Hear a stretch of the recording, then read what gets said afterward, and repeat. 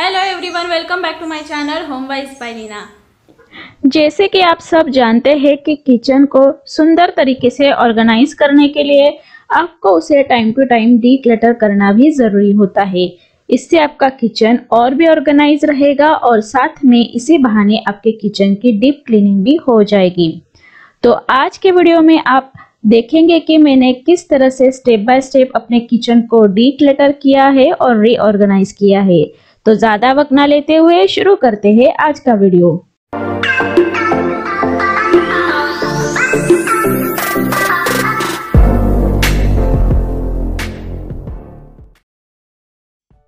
पिछले 3-4 साल से किचन के बहुत सारे आइटम्स को, यूटेंसिल्स को इकट्ठा कर लिया था, तो यही सही टाइम है कि हम इसे डीक्लटर कर ले।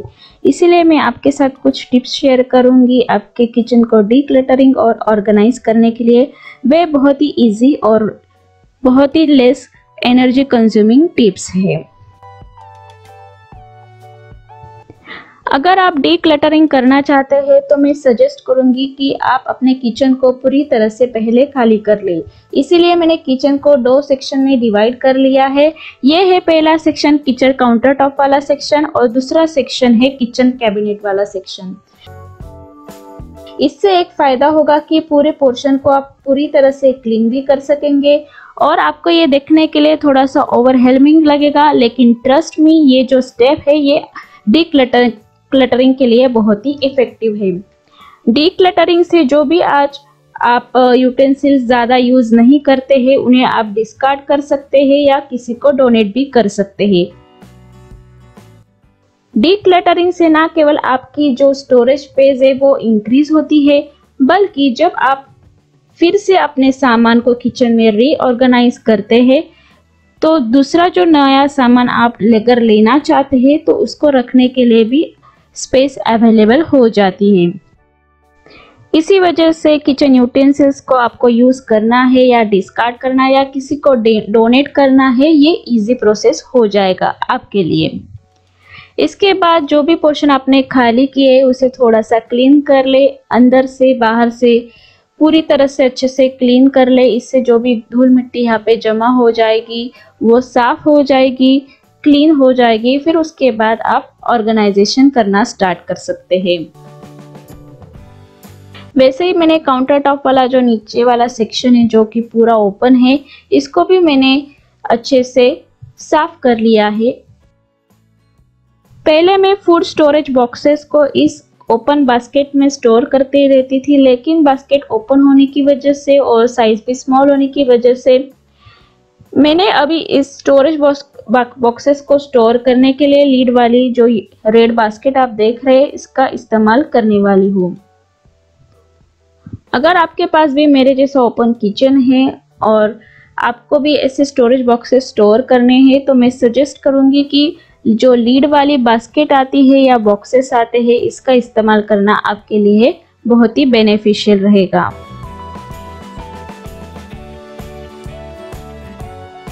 फिर मैंने कैबिनेट वाला जो नीचे वाला सेक्शन है उसे भी पूरी तरह से खाली कर लिया है।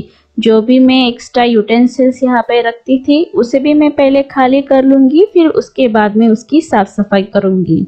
इससे मुझे अंदाजा आ जाएगा कि मैं कौन से यूटेंसिल्स यूज करने वाली हूँ और कौन से यूटेंसिल्स को मैं डिस्कार्ड करूंगी।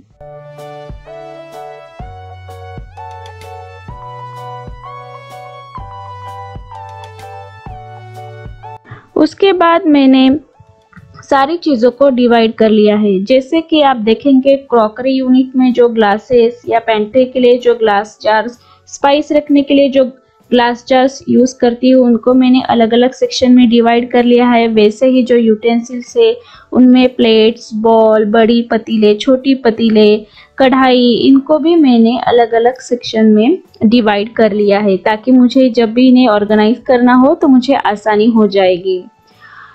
और ग्रुप करने से आपको यूटेंसिल्स कितने हैं इसका एग्जैक्ट काउंट भी मिल जाता है और क्या हमारे पास है और क्या नहीं है इसका भी काउंट मिलता है। अगर आप कोई नया परचेस करेंगे तो वो चीज़ डुप्लीकेट नहीं होगी, उनके चांसेस भी बहुत कम हो जाएंगे। तो आपने देखा कि मैंने अलग अलग ग्रुप्स किए हैं, बॉल्स, बड़ी प्लेट, छोटी प्लेट्स, कुकर। इन सारी चीज़ों का। वैसे ही जो काउंटर टॉप वाले नीचे सेक्शन में मैं रखती थी उनका भी मैंने अलग अलग ग्रुप निकाल के रखा है और सारी चीज़ें मैंने बाहर निकाल के रखी है। जो चीज़ें पूरी तरह से ख़राब हो चुकी है तो मैं इन्हें डिस्कार्ड करने वाली हूँ। इसके लिए मैंने एक बास्केट का इस्तेमाल किया है। जैसे कि ये तवे बहुत ही ख़राब हो चुके हैं तो मैं इन्हें बाहर निकाल रही हूँ। जो प्लास्टिक की बॉक्सेस देख रहे हैं, टिफ़िन बॉक्सेस देख रहे हैं, वो अब हम यूज़ नहीं करते हैं तो इनको भी मैं निकाल दूँगी। वैसे ही उसके बाद मैं ये जो ग्लास जार है और बॉल्स है, इनको जो ख़राब हो चुके हैं, थोड़े से डिसकलर हो चुके हैं, तो इनको भी मैं बाहर निकालूंगी। फिर उसके बाद मैं सोचूंगी कि इनको किस तरह से रीयूज़ करना है। जैसे कि ये लीड है, यहाँ पे पूरा रस लग चुका है, लेकिन जो बॉटल है, जार है, वो अच्छा है। तो मैं सोच रही हूँ इसका कोई भी DIY कर ले या प्लांटर की तरह मैं इसे यूज़ करूँगी। तो मेरे माइंड में अभी कोई भी आइडिया नहीं है कि मैं कैसे इसे यूज़ करूँगी। फिर भी मैं इसे स्टोर करके रखने वाली हूँ अलग सेक्शन में, ताकि जब भी मुझे टाइम मिले तो मैं कुछ ना कुछ इसका इस्तेमाल ज़रूर करूँगी। और जो मुझे डिस्कार्ड करना है उसे डिस्कार्ड कर दूँगी और जो रिसाइकल में जाएगा उसे रिसाइकल में दे दूँगी। वैसे ही मैं नीचे वाले जो सेक्शन है, काउंटर टॉप वाला सेक्शन, जहाँ पे मैं बर्तन रखती हूँ, इन्हें मैं हमेशा पॉलीथीन में पैक करके रखती हूँ। ओपन शेल्फ होने की वजह से ज़्यादा धूल मिट्टी बैठ जाती है और रस्ट की वजह से यूटेंसिल्स खराब भी हो जाते हैं। तो मैं यहाँ पे पॉलीथीन ही चेंज कर रही हूँ, नई पॉलीथीन लगाऊंगी। और उसके साथ साथ जो मैं कढ़ाई वगैरह ख़राब हो चुकी है, जो यूज़ नहीं करती हूँ, इसे मैं रिसाइकल के लिए या डोनेट के लिए बाहर निकाल दूँगी। अब हम आते हैं ग्रोसरी आइटम्स को रीफिल करने के लिए। जो भी ग्रोसरी आइटम्स है जिनके जार्स अभी ख़त्म हो चुके हैं या जार में कोई भी आइटम नहीं है, उसे मैं पहले रीफिल कर दूंगी। तो मुझे एक अंदाज़ा आ जाएगा कि अगले मंथ मुझे क्या परचेस करना है, कितनी क्वांटिटी मेरे पास आइटम्स की अवेलेबल है और क्या क्या मुझे परचेस करना है। तो इसके लिए मेरा लिस्ट बनाने के लिए भी ये आसानी हो जाएगी। उसके बाद आते हैं लेबलिंग। मैंने सारे जो ग्लास जार्स में पेंट्री में यूज़ करती हूँ, ग्लास जार हो गए या स्पाइस जार्स हो गए या स्टील के कंटेनर्स हो गए, उनको लेबलिंग हमेशा करती हूँ। इसके लिए मैं ब्लैक चॉक स्टिकर का इस्तेमाल कर रही हूँ। लेबल लगाने से जार्स को एक नया लुक आ जाता है और ऑर्गेनाइज करने के बाद आप देखेंगे कि मेरे पेंट्री का पूरा लुक ही बदल गया और आपको आसानी से बाहर से पता चल जाता है कि अंदर क्या रखा है, क्या नहीं रखा है। तो लेबलिंग का यही फायदा होता है। तो आपने देखा कि ऊपर वाले शेल्फ में मैंने सारे ग्लासेस को, बॉल्स को और जो पानी में हम यूज़ करते हैं उन जग्स को ऊपर वाली शेल्फ में ऑर्गेनाइज किया है। नीचे वाले आप शेल्फ में देखेंगे कि कुछ बड़े ग्लास कंटेनर्स रखे हैं।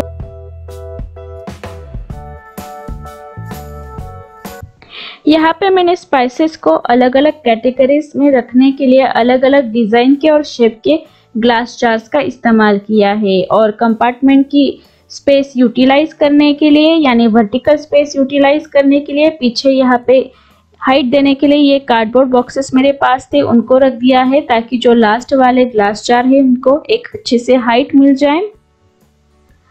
और आप देखेंगे, अगर आप सामने से ही देखते हैं तो लास्ट वाले कंटेनर में क्या रखा है आपको आसानी से पता भी चल जाएगा।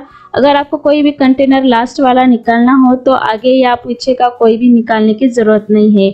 तो वर्टिकल स्पेस का मैंने अच्छे से यूटिलाइजेशन भी किया है।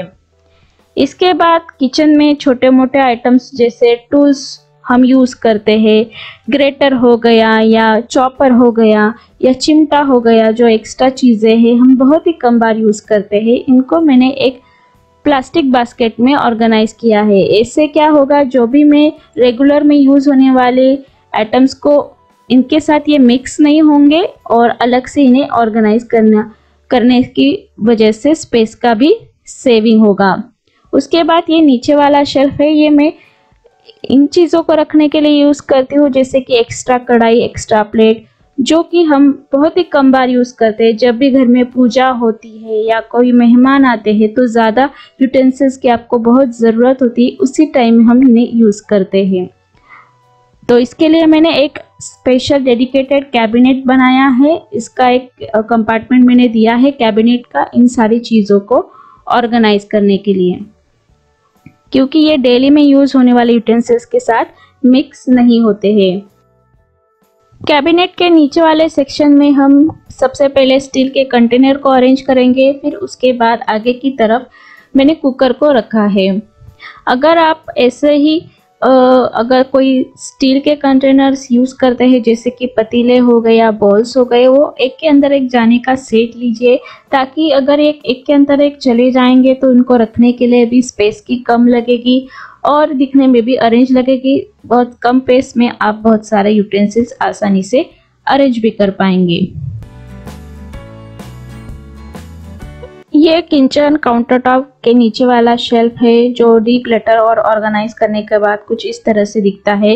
इसके नीचे ये दो बड़े बड़े स्टील के कंटेनर देखेंगे। यहाँ पे मैंने गेहूं का आटा और बाजरे का आटा रखा है और साथ में रोटी बनाने का परात वगैरह सब रखा है, तो मुझे डेली में एक्सेस करने के लिए बहुत इजी होगा। और ये शेल्फ में मैंने ऊपर की तरफ पैन और तवा को रखा है।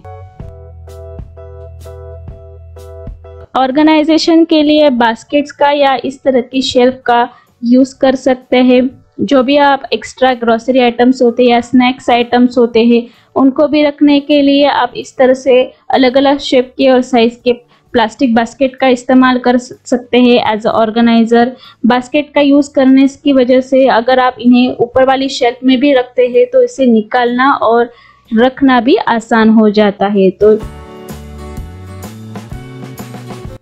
हमेशा अलग अलग साइज और शेप के ऑर्गेनाइजर का जरूर आप इस्तेमाल कर सकते हैं। यहाँ मैंने स्नैक्स में जो आइटम्स है उनको रखने के लिए इस तरह के ग्लास जार का इस्तेमाल करती हूँ, तो आप भी इसे अच्छे से डेकोरेट कर सकते हैं। थोड़ा सा नया लुक आपके स्नैक कॉर्नर को आ जाता है। तो यहाँ पे मैंने कलरफुल थ्रेड लिया है और जार के नेक में मैं इसे इस तरह से टाई कर रही हूँ, ताकि एक अच्छा सा लुक आ जाए पूरे मेरे स्नैक कॉर्नर में। और उसके बाद मेरे पास ये मेलामाइन का ट्रे, आपने बहुत सारे वीडियो में देखा ही होगा, उसमें मैंने सारे जो कंटेनर्स है उसे रख दिया और अच्छे से ऑर्गेनाइज कर लिया। तो आप बाद में देखेंगे कि इस तरह से अगर आप छोटे मोटे आइटम्स को डेकोरेट करते हैं, ग्लास जार्स को डेकोरेट करते हैं, तो वे बहुत ही सुंदर दिखते हैं। तो हमारा स्नैक कॉर्नर भी रेडी हो गया। ऐसे ही इन सारी स्टेप को फॉलो करते हुए मैंने अपने किचन को डीक्लटर और रीऑर्गेनाइज किया है। बहुत सारे अनयूज्ड खराब हो चुके यूटेंसिल्स को डिस्क्लटर करने की वजह से मुझे बहुत सारी स्पेस भी अवेलेबल हो चुकी है और मैंने किचन को भी रीऑर्गेनाइज कर लिया है। अगर आप इस तरह से डिक्लटरिंग करते हैं तो आपका किचन भी डीप क्लीन हो जाएगा और एक नया लुक आपके किचन को आ जाएगा। अगर आपको ये वीडियो अच्छा लगा तो उसे लाइक ज़रूर करना, अपने फैमिली फ्रेंड्स के साथ शेयर करना ना भूलना, उसके साथ में मेरे चैनल को सब्सक्राइब भी ज़रूर करना। तो फिर मिलते हैं एक नई वीडियो के साथ। Till then bye.